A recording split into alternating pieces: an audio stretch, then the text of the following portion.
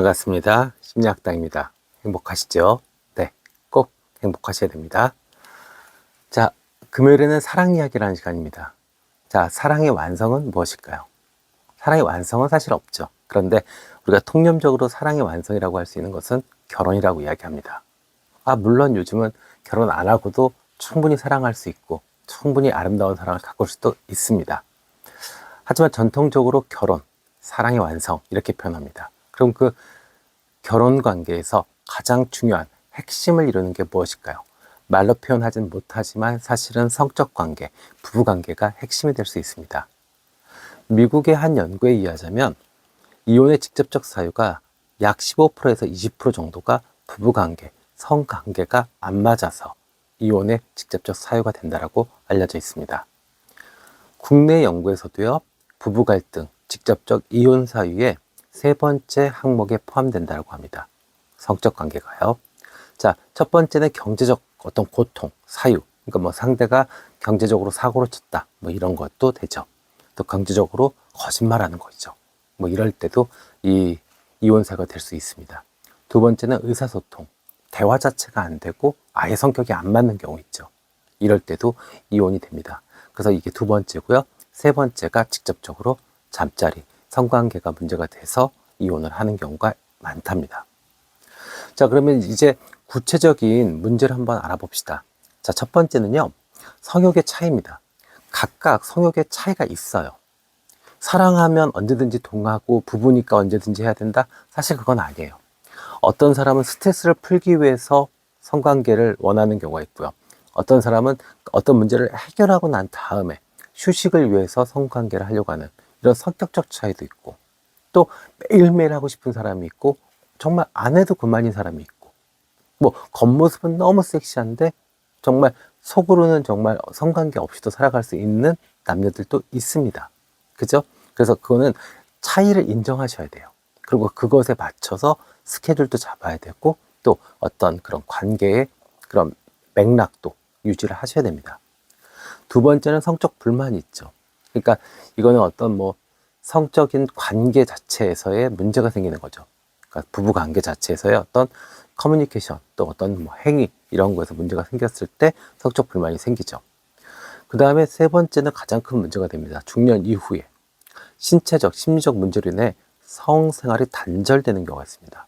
그러니까 나는 너무 건강한데 상대가 지병이 있다, 사고를 당했다.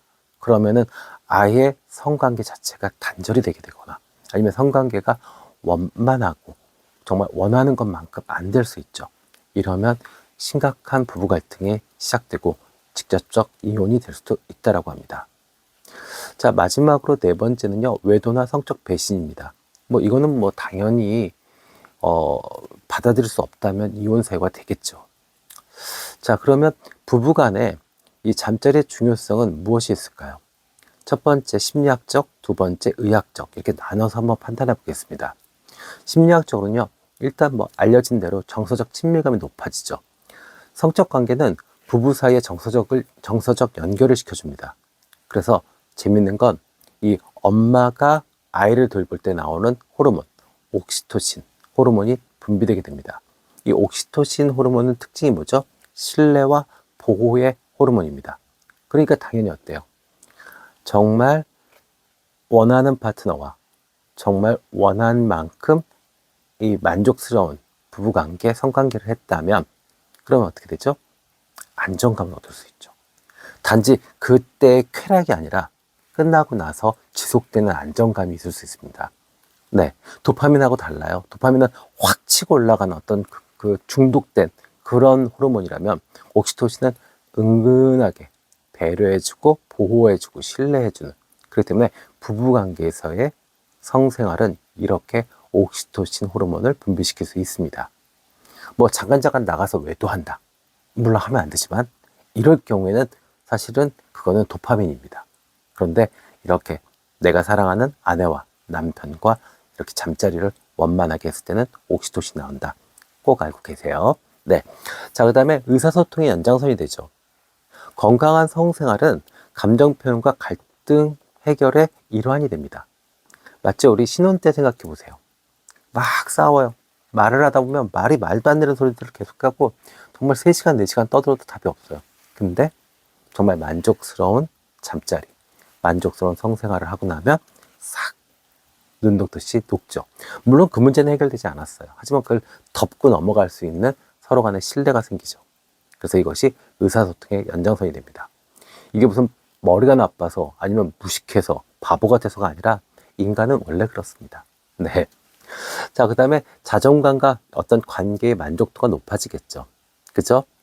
원만한 성생활을 했다라고 하면 어때요? 내가 상대한테 여자로서, 내가 상대한테 남자로서 인정받게 되잖아요. 그러면 어떻게 되죠? 자존감이 올라가겠죠. 그러니까 밖에 나가서도 사회생활하거나 사람들을 만날 때 훨씬 더 당당하고 예쁜 모습으로 사람들을 만날 수 있겠죠. 또 이 부부관계 자체가 만족스럽습니다. 그러니까 이 뭔가가 좀 불만족스러운데 말을 못하는 경우들이 있어요. 부부관계예요. 그러니까 뭔가 좀 짜증스럽고 자꾸 화가 나고 뭐 이럴 때가 있어요. 이럴 때는 아마도 성관계에 문제가 있어서 그럴 수 있습니다. 네. 자, 의학적으로는 어떤 의미가 있을까요? 이 부부간의 잠자리, 성관계요. 자, 일단 건강과 스트레스 관리에 도움이 되죠. 규칙적인 성생활은 심혈관 건강에 도움이 되고요. 면역력이 강화된답니다. 왜 그러냐면 스트레스를 완화시켜준대요. 즐겁잖아요. 사랑하는 사람과 건강하고 아름다운 성관계는 분명히 즐겁습니다. 그러면 어떻게 되죠? 스트레스가 완화되겠죠. 호르몬의 변화도 생깁니다. 그래서 성생활은 행복 호르몬을 만듭니다. 그래서 엔돌핀을 만들고요. 아까 이야기했듯이 진정 효과, 보호 효과가 있는 옥시토신 분비를 활성화시킵니다. 그러면 당연히 어떻게 돼요? 내가 심리적으로 안정되고 부부관계도 안정적이게 되겠죠. 자, 그래서 성욕의 차이, 그 다음에 생리적 변화, 또 심리적 건강, 신체적 건강 등을 고려해서 상대를 배려하는 성관계를 하셔야 합니다.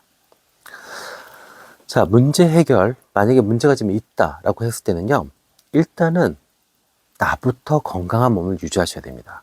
건강한 습관, 운동 이런 거를 지키셔서 삶의 질을 높이셔야 돼요. 그러고 난 다음에 건강하고 아름다운 부부관계를 시도하셔야 됩니다.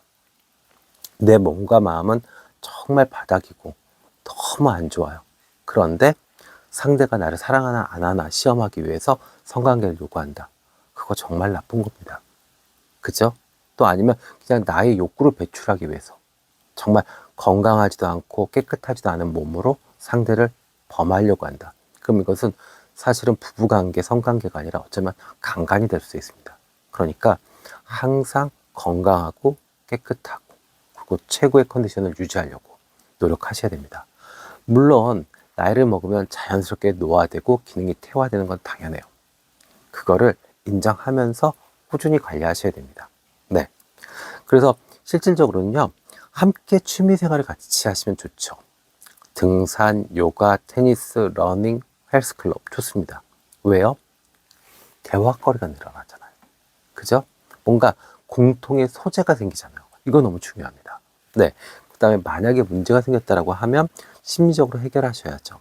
성상담 해주시는 상담사님들 많습니다. 그리고 또 부부치료 해주시는 분들도 많아요. 저는 안 합니다. 부부치료. 네. 그래서 다른 분 찾으시면 돼요. 그래서 실제로 상담을 받으시면 상호 이해와 어떤 그 폭이, 이해의 폭이 깊어지고 넓어질 수 있습니다. 그러면 다시 대화가 되고, 이 말의 대화가 된다는 건 몸의 대화가 될 수 있는 가능성이 열리게 되죠. 자, 의학적 문제가 있습니다.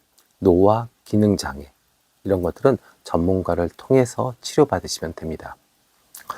자, 이렇게 실질적으로 문제가 생겼을 때 이렇게 처리를 하면 되는데 그냥 일반적으로 예방 차원에서는 어떤 것들을 해야 될까요? 가장 중요한 것은 내가 중년, 노년이라도 상대에게 성적 매력을 잃지 말아야 합니다. 네, 그러고 나서 그 상대의 건강이라든지 심리적 컨디션을 파악해서 거기에 맞춰서 부부관계를 유지하시면 돼요. 그쵸? 근데 내가 매력은 하나도 없어요. 정말 그냥 아프고 더럽고 막 이래요. 이래놓고 내가 남편이니까 내가 아내니까 성관계를 요구한다. 그거 안 해줬다. 그럼 너는 부부관계를 유지할 책임을 다하지 못했다. 이거는 말도 안 되는 겁니다. 그래서 먼저 자기 자신이 상대에게 성적 매력을 잃지 않도록 노력하셔야 됩니다. 그래서 첫 번째는요, 남자는 신뢰감, 남성성을 유지하셔야 됩니다. 자꾸 남자들이 나이 먹으면 쪼그라들어요, 이렇게. 그죠? 네. 그럼 그냥 뭐 음식물 쓰레기나 갖다 버리고 막 이래요. 그러지 마세요. 다 당당하게, 자신감 있게 이렇게 하셔야 됩니다. 거기에는 뭐 운동도 필요하겠죠. 남성 호르몬이 나와야 되니까. 예, 러닝도 좀 하시고 헬스클럽 가서 기구도 좀 드시고 아니면 뭐 신문이라든지 뭐 이런 거 뭐 뉴스 같은 것도 좀 많이 보시고 해서 남성성, 믿음, 나는 신뢰받을 수 있는 사람이야 라는 것을 보여주셔야 됩니다. 반대로 여성은 어떨까요? 아내는 네, 신비감을 유지하셔야죠. 맞죠? 네, 맞습니다. 그냥 막 어차피 귀찮아. 이러니까 막 그냥 머리 산발하시고, 그 다음에 뭐 이상한 거 입고 돌아다니시고, 어느 때는 다 벗고 돌아다니시고, 이러시면 안 돼요. 네. 그러면 상대가 나한테 성적 매력이 많이 감소합니다. 네. 자, 그 다음에 중요한 거 있습니다. 노화가 될수록 청결하셔야 됩니다. 노화는 결국에 기능 저하, 염증 증가를 만듭니다. 그럼 어떻게 되죠? 나의 체취가 바뀝니다. 속상하지만 인정하셔야 돼요. 그래서 젊을 때보다 더 청결하셔야 되고요. 그리고 조금 더 내가 냄새가 나나? 그래서 향수라든지 화장품 같은 것을 이용하셔야 됩니다. 아저씨들도 마찬가지예요. 아우, 내가 뭐 얼마나 산다고 뭐 그런 것까지 하셔야 됩니다. 네, 성적 매력이 넘친다는 것은 그만큼 내가 아직 존재의 가치가 있는 겁니다. 그렇다면 이런 마인드로 사시면 부부관계뿐만 아니라 사회생활도 직장생활도 훨씬 더 잘 되실 겁니다. 아셨죠? 네. 자, 스타일링 중요하죠. 그죠? 그래서 아저씨들 이 등산복 입고 돌아다니시고 집에서 훌러덩 까고 그러지 마세요. 특히 또 아줌마들, 아내 같은 경우는 몸빼 바지, 그 다음에 이렇게 늘어진 티 같은 거, 그런 거 다 버리세요. 그거 얼마나 한다고요. 그죠? 아니, 늘어진 티 같은 거 아까워하시면서 무슨 샤넬이나 루이비통 뭐 한다 그러면은 그거 그냥 못 사가지고 안 달아지고, 이 도대체 이해가 안 돼요. 그런 거 버리시고 깨끗한 옷으로, 네, 정말 뽀송뽀송한 옷 입고 계세요. 아셨죠? 네.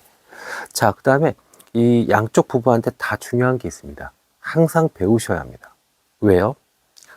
이 새로운 도전을 한다는 것은요, 부부이기 이전에 한 개인으로 봤을 때 상당히 매력이 있습니다. 관심이 가요.